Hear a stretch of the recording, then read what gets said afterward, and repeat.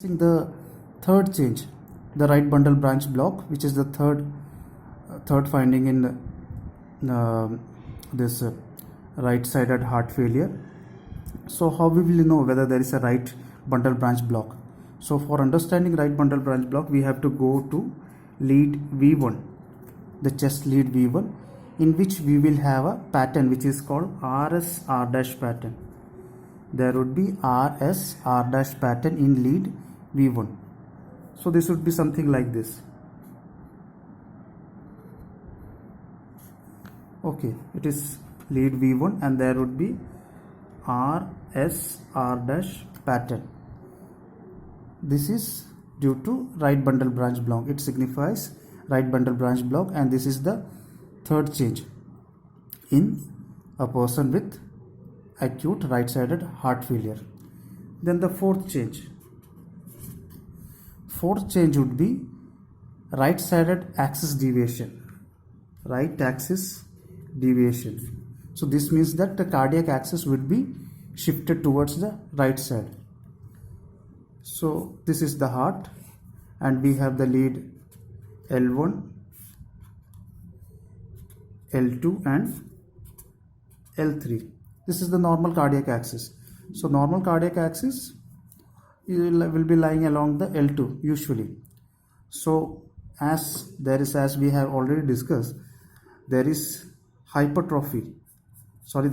dilatation of the right ventricle. So as a result of which there is a shift of cardiac axis towards the right side. There is right-sided axis deviation, which is the fourth ECG change of pulmonary embolism. Then coming on to the fifth change. So the fifth change includes T-way inversions. T-way inversions from V1 to V4. That is in the right-sided chest leads. In the right-sided chest leads, there would be T-way inversions from V1 to V4. Okay, these are the most important changes. Although there are other ECG changes that are present in pulmonary embolism as a result of acute right-sided heart failure, but these are not important. So to summarize, there would be the ECG changes in pulmonary embolism. As we said earlier, these ECG changes are produced due to acute right-sided heart failure. There would be increase in heart rate. There would be S1, Q3, T3 pattern. There would be right bundle branch block, and there would be left axis deviation, plus there would be T-wave inversions from V1 to V4.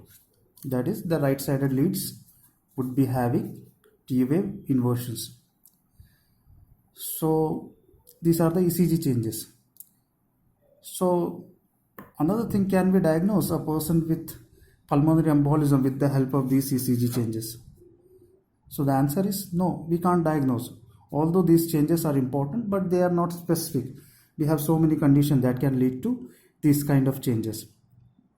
So the diagnosis of pulmonary embolism can be done with other tests. So we have the D-dimer.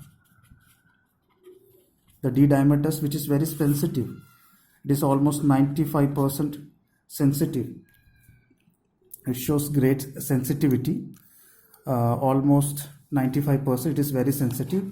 Although it is not specific, but it can be definitely used to rule out a case of pulmonary embolism.